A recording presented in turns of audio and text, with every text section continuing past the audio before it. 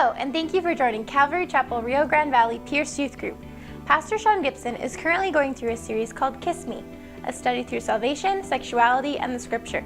Today we'll be in chapter 7 of Song of Solomon. All right, with that, we are in Song of Songs, chapter 7. We're getting close. Let me explain what's gone on so far. We've had these two lovers meet, Solomon and the Shulamite, and they courted, and then they were married, and then they had a honeymoon, and then they had a fight, and then they made up. And now we're going to move into another. So you're thinking like, well, isn't that everything? No, we're going to address something right now that I think is critical. It's in a regular relationship. What do you do when you're kind of in the mode? You're in the gear. The relationship's been established. Now what happens? Well, let's look. Here is the beloved. And he says, "How beautiful are your feet in sandals, O noble daughter," or "O prince's daughter. The curve of your thighs are like jewels, the work of a master's hand. Your navel is a rounded bowl that never lacks wine, your belly like a heap of wheat encircled with lilies. Your two breasts are like two fawns, twins of a gazelle. Your neck is like an ivory tower, your eyes like the pool of Heshbon by the gates of Bath Rabbim. Your nose is like a tower of Lebanon, which looks towards Damascus. Your head crowns you like Carmel, and your flowing locks are like purple. A king is held captive in its tresses." Now, he is describing her again. He likes to do that. Understand what he's doing. He's admiring his bride. But you notice before he started at the head and he would go down. This time he starts at her feet and he goes up. And though some of this wording sounds a little bizarre, let me try to decode it for you. The first thing he says is, "Your feet are beautiful in their sandals, O prince's daughter." This harkens straight into the New Testament in Romans chapter 10, verse 15. It says, "How beautiful are the feet of those who bring forth the gospel," the good news. He's talking about, when you talk about feet, you talk about your destination. You talk about where you're going. A lot of people might be asking you, what are you going to do with your life? What's your plan? What do you want to be? The idea is what they're asking is, where are you going to set your feet? What direction are you going to go? That is the idea. Where are you going to take your life? And he says, "O prince's daughter, your feet are beautiful in their sandals." You are one who's pursuing. First of all, he calls her the prince's daughter. She wasn't a prince's daughter, but now she is, because she's been engulfed into a covenant. If you recall, she was just a commoner, but now she's the prince's daughter. We were commoners.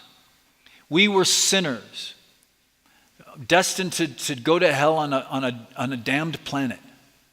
And the Lord calls us in to be the sons and daughters of the Most High. And it says, "How beautiful are our feet." We changed our direction from sin into the direction of the gospel. And then he says, "Your navel is like," this is kind of weird, "your navel is like a rounded bowl that never lacks mixed wine, your belly like a heap of wheat encircled with lilies." I've never really tried this line on Dorth. I don't know that it would work. Because your belly's like a heap of wheat. There can be a lot that this, I've heard a lot of speculation upon this text, but I want to point out something. I don't know if you noticed it. When he talks about her, and remember when we talked about the abdomen, we talked about the idea of when we're talking about this part of the body in Hebraic thought, you're looking at the desires and the motives and the passions. And he says, "And yours is wine and bread," which is covenant. He says, essentially, your motive, your desires, your passions, they're based in the covenant relationship. You know, I'm always amazed. I saw a little piece of a show. Dorth was watching TV when I got home, and it was something like Instantly Married or something. I don't know. It's about these couples that, like, they don't get to meet each other and then they get married, right? What? Married at First Sight. Make sure that I get that title right. I don't know what night or anything. Well, obviously last night. All right, so then here was like 1 year later. And here's this guy, and he's just all in love with this girl. And he's like, I'd like to renew our vows. And she's like, I'd like to go home to my parents. And she's like, I still love you. I just want to go home to my parents. I just don't want to live with you, you know? And I'm like, this is obviously a different kind of relationship. You know, what is this that you would put someone else before your beloved? What is this that you would be enamored with something else? Is that you'd be driven by something else? But what he's saying is, he says, your desires are our covenant, our relationship. And when you're in a deep relationship, that's the idea, is it precludes everything else. It eclipses all other things. The relationship takes priority. And in the same way, in a spiritual allegorical sense, the Lord looks at us, and does he see a people whose feet are set for the gospel, whose desires and motives are the covenant of God, the blood and body of Christ? And then he says, your two breasts are like two fawns, the twins of a gazelle. This is a pretty common phrase. And you're thinking, okay, pastor guy, pull something spiritual out of that. Right? What are you going to do with that one? Your breasts are two. Could there be anything spiritual there? Actually, you'd be amazed. Yes, there could. In fact, it's going to kind of blow you away. Are you ready? What in the world is spiritual about breasts? I know some guys make it a religion, but what could be spiritual about this? The word for breast in Hebrew is shad. And there is a name of God, El Shaddai. And Shaddai means, shad means breast, and dai means the blessings poured forth.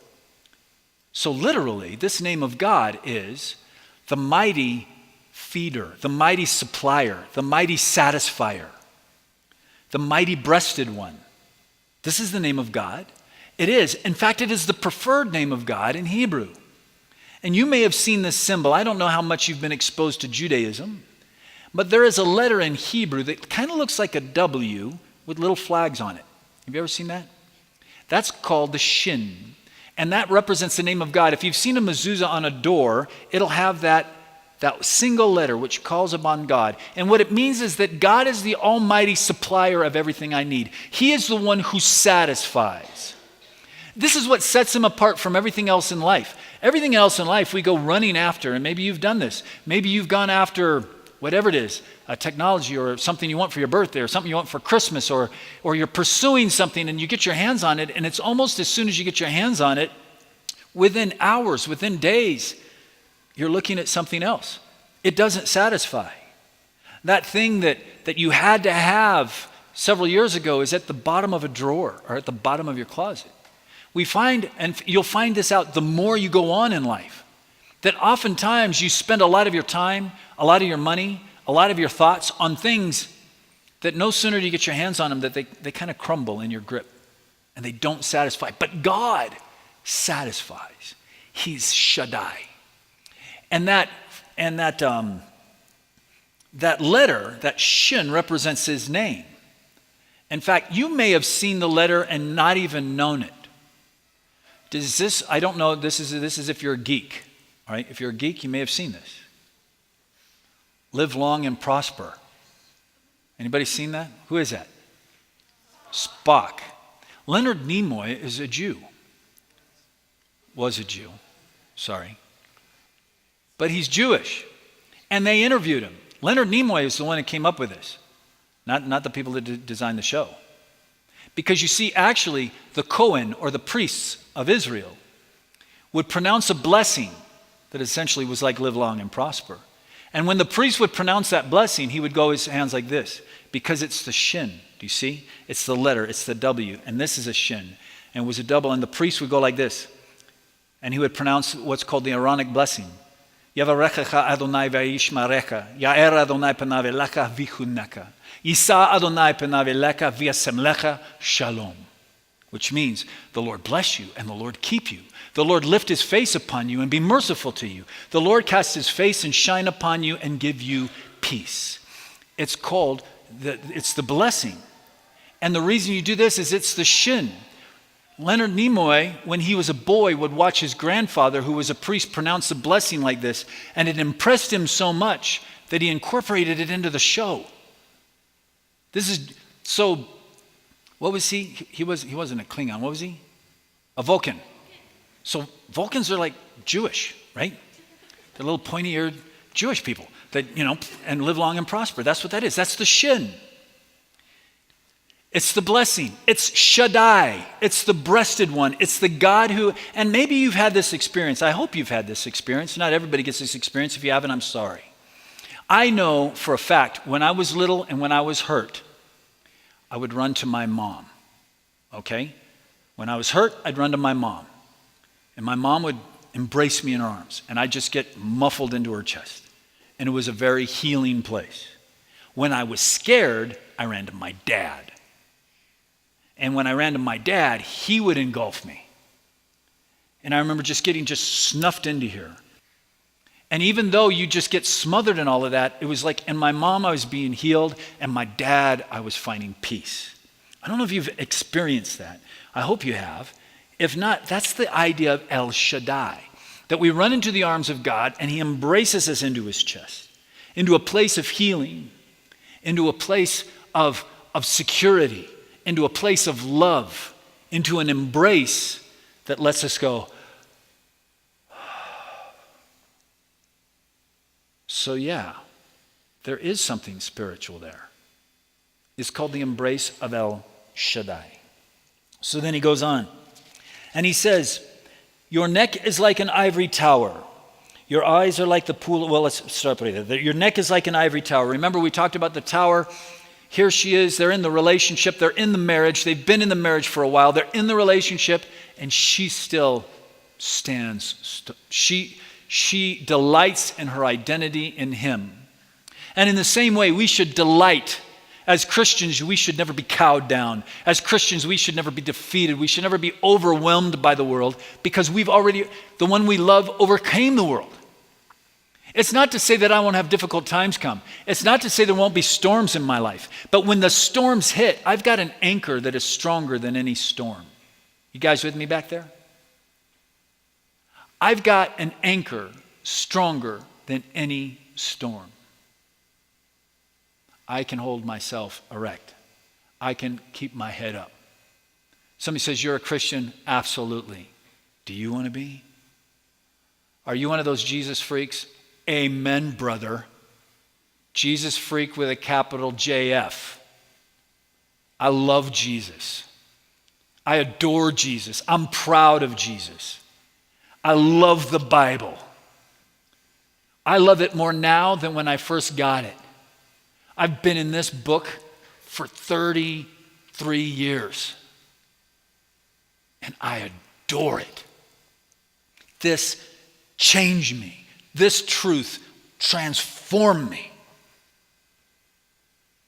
I love being his. That's that idea. Her neck's like a tower. Your eyes are like the pool of Heshbon and the gates of Bath Rabbim. Obviously, Heshbon is a city. It's a capital city of the Ammonites, and there was a gate which Bath Rabbim means the daughters of the multitude, and evidently there were pools there. I don't know about the pools. I didn't really find out about the pools, but I'm going to assume they weren't murky, moss-ridden, mosquito-infested pools, because then it wouldn't have been a very nice compliment.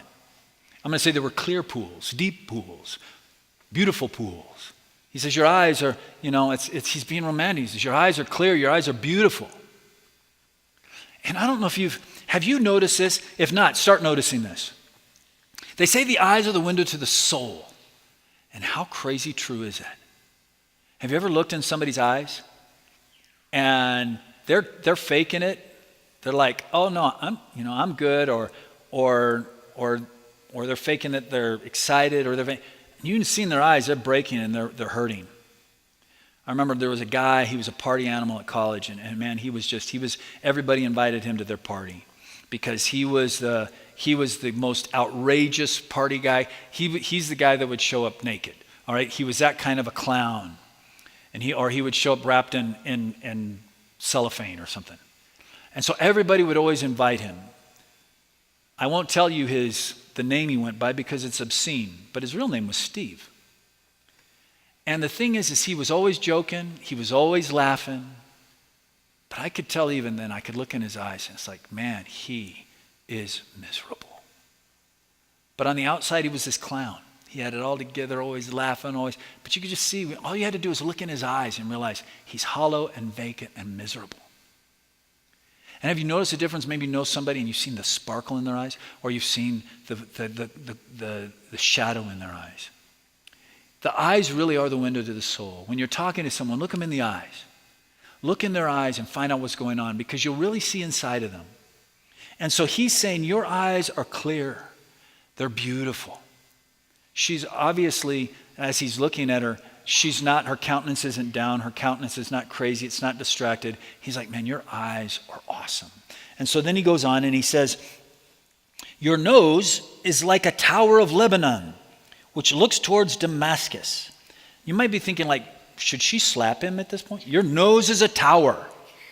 But in Hebraic thought, like in kind of American thought, especially like I think it kind of got really popular with California and the California girl thing, the little ski lift nose, the little teeny noses, right? And that's kind of like, if you look at cartoons, it's the little teeny ski lift nose. Became kind of an American ideal for beauty. But if you look back at any Middle Eastern art, that wasn't what the ideal of beauty was, that prominent Roman curved outward nose. You know what I'm talking about? That real prominent Jewish nose. That was the ideal of beauty. He says, your nose is like a tower. And so she's just going, oh gosh, right? Here, it'd be like, well, you idiot, pow, right? But there it was like, wow. But she says, the Tower of Damascus. Now this is what's interesting, and I don't know if this is what it means. Damascus is obviously a real place, but the word Damascus means white. Your nose is a tower of whiteness. Now, it could be. I'm not saying that this is what it is, but it could be. Remember at the beginning, when she was very self-conscious, she was burnt by the sun because she was put in a very kind of forced servitude, and she was a commoner out in the fields, and she had been burnt by the sun. And that was a sign of someone who was oppressed of lower class. And he's going, now he's taking care of her. She has blossomed under him, and that he's protecting her, and as a result, she's becoming more pampered. She's becoming more taken care of. And so maybe that's what it means there. The other thing is it was a tower of Lebanon. Lebanon means white, which looks towards Damascus. Damascus is to the north and to the enemy. So he's like, you're not a coward. You're not a coward. Can I tell you something? After Dorothy gave birth to Christopher, I was in awe. I was like, she is one stud. Because I would have just said, quit. Just take him out some other way. I'm not doing this. She did it. She's amazingly strong. I've seen her face really large people. And I'm thinking they're like twice your size. And she's like, I don't care. She's a strong woman, right? She's like, when she's convicted, when she knows what she's doing, if any of you know her very well, if you've been around her very well, you know when that look hits her eyes. Basically you can look at her and just think, okay, everybody just get still and try not to move. Maybe like a T-Rex, she won't see me, right? Because she's a strong woman. She's not afraid. She's a brave and courageous woman. He's saying she's brave and courageous. As Christians, we should not be cowards. We should be brave and courageous. We should be a people that when the Lord looks upon us, he's like, you know what I love about you is that you're not a wimp. That you face danger, that you face the enemy, that you know that I'm with you and you will not back down. That is what a Christian should be. We should be the most courageous of all people. How do you kill someone who's eternal? How do you kill someone who's already died to self? You can't. We're invincible. He says, man, she faces Damascus. She faces the enemy. All right, so then it goes on. He says, your head crowns you like Carmel. Not like Carmel, like the candy. Carmel is a mount. It's a mountain, Mount Carmel. And that was where Elijah took on the prophets of Baal. And he says, and your hair, and your hair is flowing down, locks of purple. I'm held captive in your tresses. So he's worked his way from her feet to the top of her head. There's a lot of spiritual things going on here. There's a great description here. And so I was able to skirt most of that and really keep it in a mode that's really directed, I think, appropriately towards you. Let's look at the next part. How beautiful and pleasant you are, O loved one, with all your delights. Your stature is like a palm tree, and your breasts are like its clusters. I said, I will climb that palm tree and lay hold of its fruit. Oh, may your breasts be like clusters of vine, and the scent of your breath be like apples, and your mouth like the best wine. And I have absolutely nothing spiritual for that one. I'm sorry. I'm looking at that one, and it's pretty straightforward. I'm reading that one going, and nope, I think I know what he means. I think I know what he means. What do you do with that? I'll tell you what you do with that. He wants to be with her. He wants to be intimate with her. He wants to be close to her. Now, remember, we had something very similar to this a couple chapters ago, where he shows up and he says, my hair is wet with the dew. I am ready. I've been going all night long. Open to me, my love, my dove, my perfect one. Let me come in. And she said, my feet are clean. I don't want to get them dirty. I've taken off my gown. I can't put it back on. I don't want to. All right, has she learned anything through this? Basically, the last time his desire was to be with her, to be close to her, she said, I'm too busy. Well, this is further into the relationship. Look what she says now. She says, it goes down smoothly for my beloved, gliding over the lips of the sleepers. I am my beloved, and his desire is for me. Come, my beloved, let us go. So now she's changed. He's pursuing her. And she's like, yes, I want to be with you. You see, the desire of God for us is to be intimate with us, is to have a close and tight relationship with us. To have a relationship that honestly, completely honestly, overrides everything else in our life. That's really what it should be. Christianity should not be a church. It should not be a club. It should be a hobby. It shouldn't be something that you sign on a card, yeah, I'm a Christian. It should be the most important, foundational, overriding part of who you are. That you are Christ's, that you know him and you belong to him. And so this idea is he wants to be with her. Jesus wants to be with us. And he doesn't want to just visit some little when you talk to somebody, hey, how you doing? They say, fine, how are you? Basically, nobody really means anything they say, right? I go, how you doing? Have you ever gone up to someone and said, hey, how you doing? And they said, do you really want to know? They're like, yeah, actually not really. I just wanted to say hi. Or somebody comes up and is like, how you doing? And the response is, fine. Usually parent, how's your day? Parents, right, when you come home. How's your day? Fine. What'd you do at school? Nothing. You're just giving the brush off to your parents, right? And so in this situation, Jesus isn't looking for the brush off. When he says, I want to be with you, he wants to be with us. And he doesn't want the brush off. He doesn't want the nickel prayer. Now I lay me down to sleep. I pray the Lord my soul to keep. That's not, he's like, talk to me. Be with me. I made you. I saved you. I have plans for you. I need to train you. I need to fill you. I need to overwhelm you. I need to make you bulletproof. I need to make you courageous. I need to make you passionate and on fire. I need to make you all I designed you to be from the very beginning. But only God can do that with us. Only he can stoke the flames inside of our heart. Only he can make us invincible. Only he can make us brave. Only he can pull out the heroic in us. His epicness has to enter into us to come out of us. And so he's seeking her, and she says yes. Now, I want to notice something real quick here. She says, I am my beloved's, and his desire is for me. This phrase has progressed. The first time she said it, she says, my beloved is mine, and I am his. Then she went through that kind of fight with him. And then you know how she said? She said, I am my beloved's, and he is mine.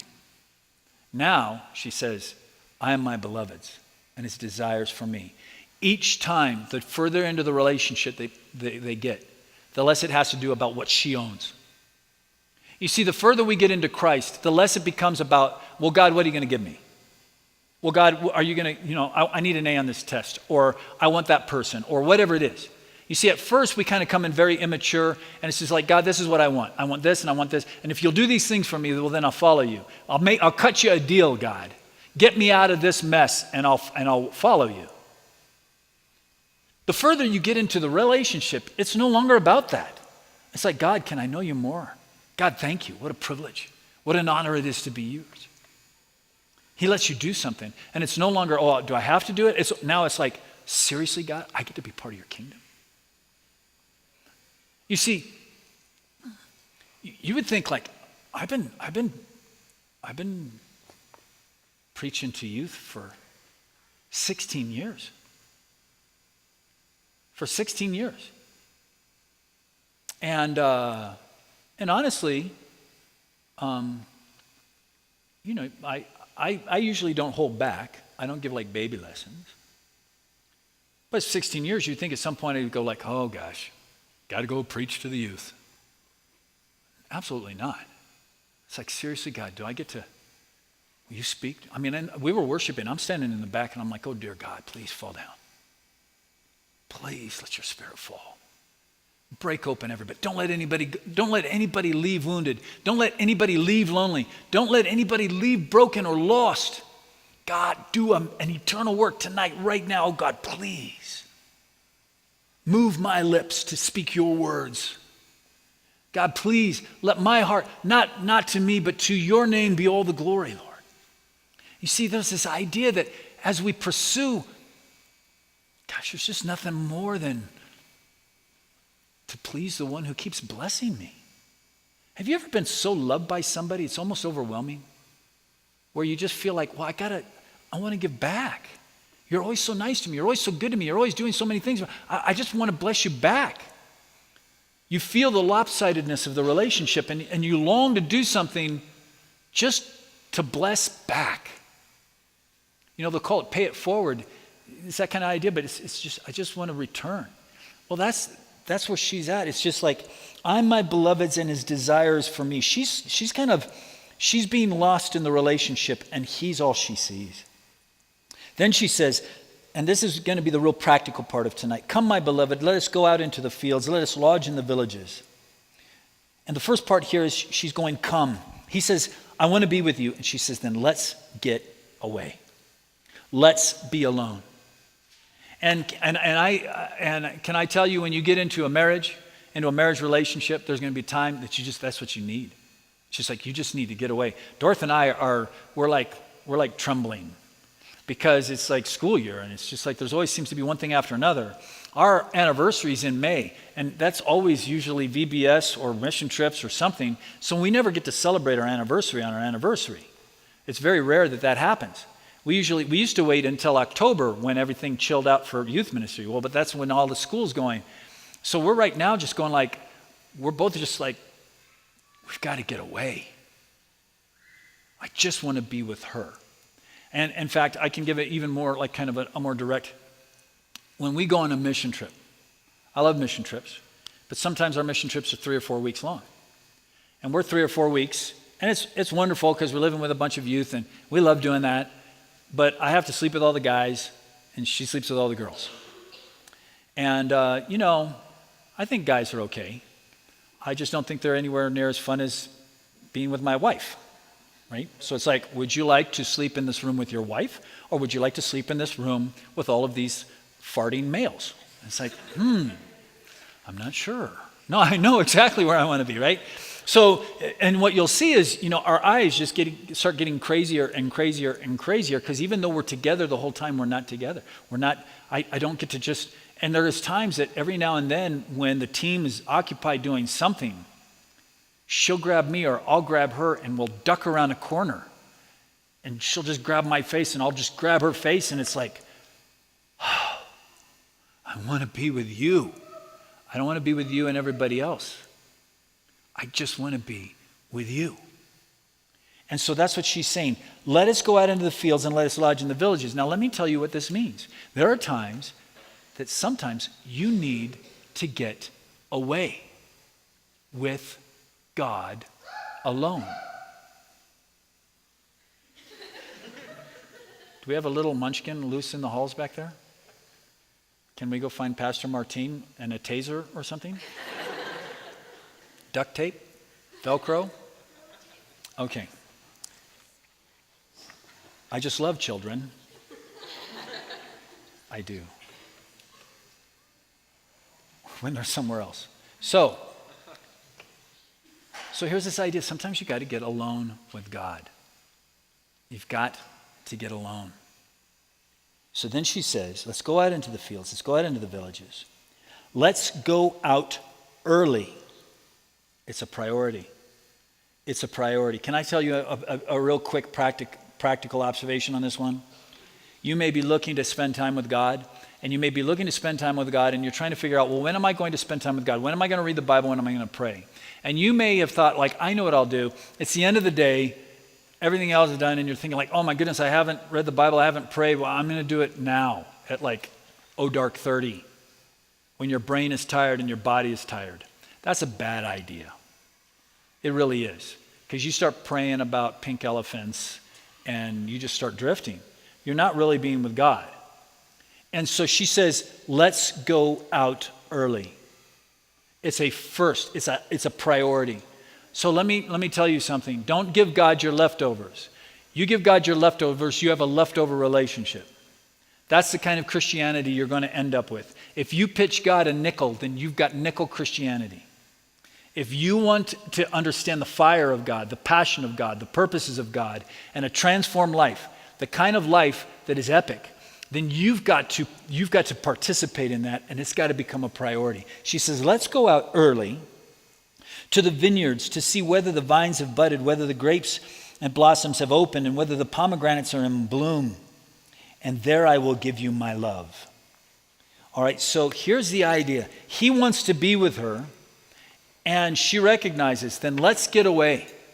We've got to get away. We've got to get out of here. We've got to get away from the distractions. Let's go to the place where the flowers are blooming and everything. And she's setting an atmosphere. Now, I know that for most of you guys, you're probably thinking like, this isn't very exciting for me.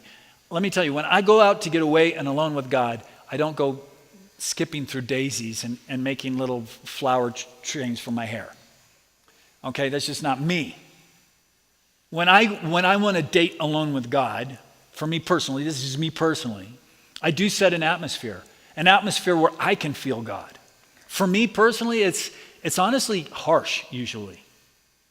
I'll be on the top of Tomei Hill, or I'll climb up the Ladrones, or I go up the Bosque, or I go up way out into the mountains, or I go out into the middle of some vast desert space.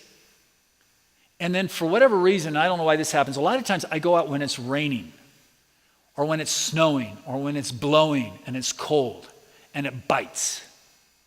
There's something that, like, I don't know, that for me, when I want to seek God out, I need that tactile harshness. It seems like it helps me get centered. I don't sit in a lounge chair. I sit on a rock. I find a cave. I find something I can crawl into and to protect myself. I've had my poncho out like this and my Bible under my poncho to keep it from getting wet. And I'm studying like this. For me, that's just for me. But for me, that's the atmosphere where I feel like, God, it's just you and me.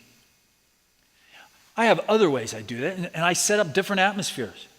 Sometimes I will see a spot. Okay, there's been times I've had to travel for work, and this is a real bummer. And when you get married, this is what happens.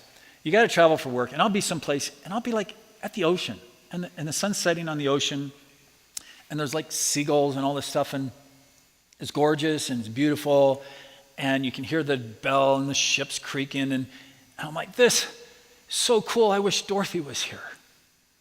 It's like, I can't really, because I know how much she'd love it. It's like, oh, God, I want Dorothy here. This is a place where Dorothy and I should be together, right? Well, in the same way, both Dorothy and I do this. It's not just me. I'll see a spot, and I'll go, oh. Or I'll see her. She'll see a spot. For Dorothy, she likes to go out on like little porches. If there's little flowers on some little porch, we were in Edinburgh, Scotland, and we had a room that looked right on Edinburgh Castle. And there was windows that opened, because in Europe they just let the windows open. They're not like here worried for people to fall out. So when you open the window, there's not bars and screens and stuff like that. It was just open, and it's open. And she looked down, and the next thing I know, she's gone. And I poked my head out. She crawled out the window, which you're not supposed to do. And she went down on this little ledge, and she's looking over at Edinburgh Castle. And I'm like, hey, what are you doing? She's like, I'm having my quiet time. Go away. I'm like, okay. And I'll see her. Whenever there's like a window with a little crawly out space, man, Dorothy, I know that's where Dorothy's going. We were at some place, and we were at this really fancy hotel where they had real paintings. Like there was a Rembrandt, and there were real paintings there, like the real ones. And there was this overstuffed leather chair below this Winchester painting next to this fire. And I saw it, and I'm like, Dorothy, can I have 3 hours? Can I have 3 or 4 hours? And she saw the place, and she knew. She was like, you got your Bible? I'm like, yeah, it's in my pack. She's like, yeah, you can. I'll go over here. And so I grabbed that spot. It's like, this is just going to be me and God. One time I went to this place, and it was a retreat that I used to know how to get to, and it was the walls were all adobe, and they were whitewashed, and it was real stark. There was just a bed in there. There was like nothing in there. It was just really stark. And so I went and I got a tape of Gregorian chants, right? Which is, when they like sing in Latin. It's like, Gloria in excelsis Deo, when they do that thing. So I've got that on, and I'm sitting in this stark little white room with the sun coming in this little pane. I'm like, well, how cool is this? I spent like 2 days there, just meeting with God. I set an atmosphere. I had a date with God. This is crazy important. You should do this. And I don't know what works for you. Maybe it's in a garden. Maybe it's by water. Maybe it's next to a fire. Maybe it's out in the mountains. Maybe it's somewhere. But I can tell you a couple things that are going to be necessary. You'll need to be alone. And here's the other part I would propose. And I'm just gonna do it. I'm gonna just jump off of it. You need to disconnect. If you're gonna do that, you need to disconnect. Do you guys know what I'm talking about? Shut it all down. I'm doing more and more research. I've been reading several books on this. At some point I may present it. It's scary what this stuff's doing to us. It's scary what technology is doing to us. It's changing the way our brains function. It's forming minor addictions. It's actual physiological addictions. It's crazy. We just didn't do all the research. We didn't test these things on prisoners. We didn't do all the research. We didn't tie cell phones to rabbits and see what happens to them or anything. We just said, oh no, let's just give them to our kids. And what we're finding is that it's affecting us, guys. It's affecting us in powerful ways. And you probably see it. I see it. Have you seen it? You're somewhere and you see a whole group of friends together and they're not talking. Have you seen that? I was in a place, I saw 3 generations. Beautiful place, fireplace, Christmas tree. This place was a resort. 3 generations sitting around this couch. There must have been 12 or 13 of them. Not a word. Grandma, grandpa, mom, dad, aunts, uncles, grandbabies, nephews, nieces, uncles. Nobody talked to anybody. I've been in restaurants, candlelight between a man and a woman. Romantic dinner. I was just blatant about it. I was just like, staring at him, right? I'm not joking. This was the most interaction they had that night. I'm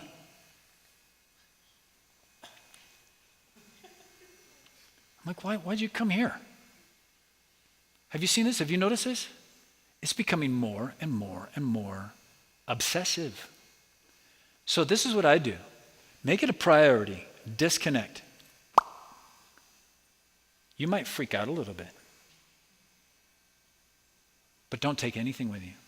When I go, I don't take a bunch of other stuff. I take my Bible, I take some paper, I take a pencil. and I go.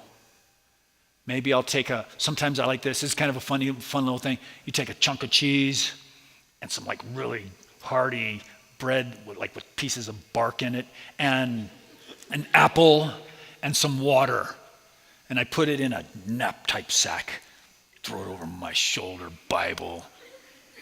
And it's like me and Elijah, man. We're just going out there, and I'm eating my cheese and I'm reading the Bible. And that's my whole meal. It's very stark. Or maybe I fast. All right, so anyway, the whole point is I'm setting a date with God, and I'm disconnecting from everything else, everyone else. It's just me and God. This is what happens if you do that. It says, there I will give you my love, and the mandrakes will give forth their fragrance.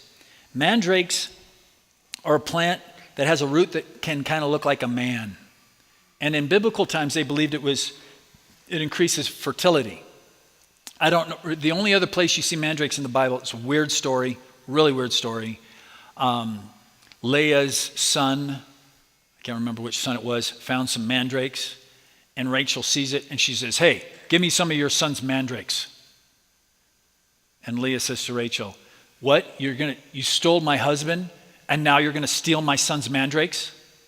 And she says, you can lie with him tonight if you give me some of the mandrakes. So, because they're both, his wife, right? So she gives him the mandrakes. It's both Jacob's wife. And so Leah goes walking out. Jacob gets home. Talk about a freaky way to come home. Leah comes out and she goes, hey, you have to lie with me tonight because I bought you with my son's mandrakes. It's in the Bible, for real. And you're like, what is that about? Well, the idea is, why did Rachel say, you can have him tonight, but give me the mandrakes? Well, because Rachel was barren. And the thought was, the mandrakes will make her fertile and she'll have a child. And so the idea here, she says, the mandrakes give forth their fragrance. She says, come with me and I'll give you my love, and it will be fertile. It will be a love that produces fruit. And so then she builds on that idea. Besides our doors are all choice fruits, both new and old, which I have laid up for you, all my beloved. So when it comes right down to this, he comes to her and he says, I want to be with you. And she says, then let's go, let's get away. And she sets the stage and she sets the place for them to be alone. And she's prepared it. She's got a plan, and it's a priority. And she says, and I know that it's going to bear fruit, both new and old. Can I tell you how this works in the real world? Jesus says, come away, be with me. And we go, yes, Lord. And we set it as a priority, and we get away with him. And we shut out the rest of the world, and we're with him.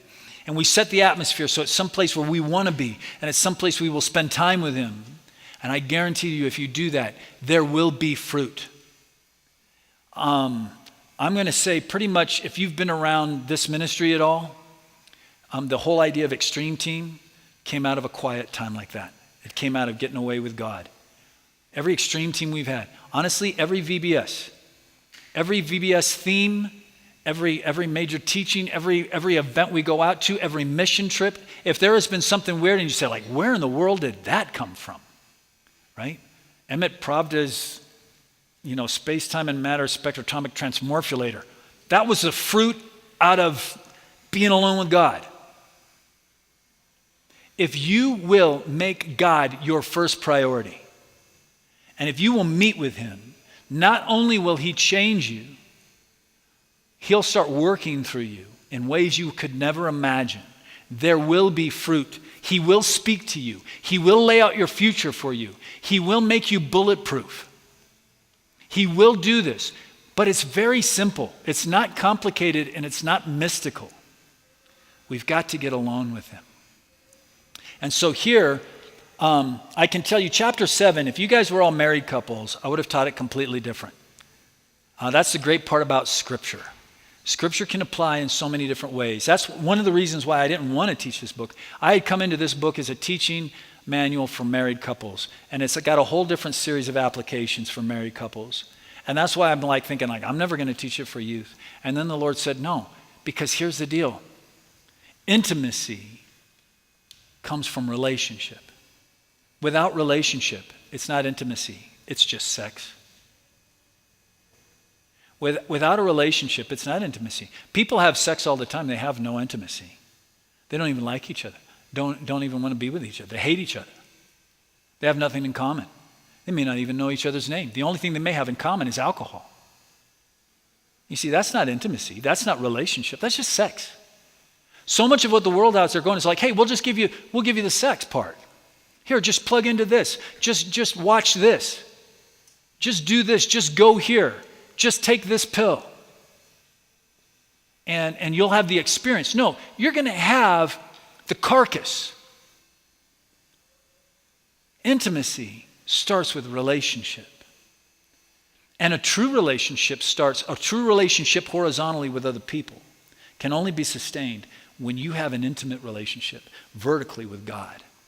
When you're connected with God, then you will have what it takes to truly connect with another person, to truly be a husband, or to truly be a wife, or to truly be a good friend, the kind that doesn't flake, or to truly be a leader, or to truly be a world changer. To really be able to do those things, you've got to be connected intimately with God. And that's what this is all about. And it's not mystical, guys. It's not voodoo. It's so very practical. Set a time. Get away. Put yourself in a position where God has to show up, and he will. Father, I just praise you and I thank you for your blessings. I thank you that you love us. I thank you that you called us. I thank you that you paid for us and you bled for us and you died for us. That you did everything to rescue us. God, I praise you that you pursued us. Lord, I thank you that you speak to us, that you listen to us, that you answer us. Lord, I praise you and I thank you that you want to be with us intimately in a relationship. Lord, I thank you and I praise you that you're patient with us and that you're good to us.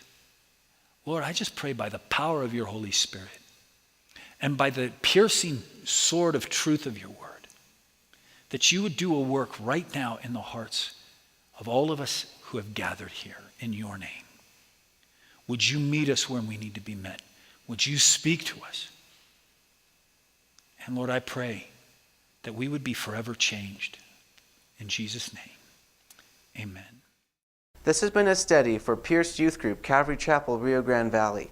For more information about our ministry, you can visit us online at ccrgv.com.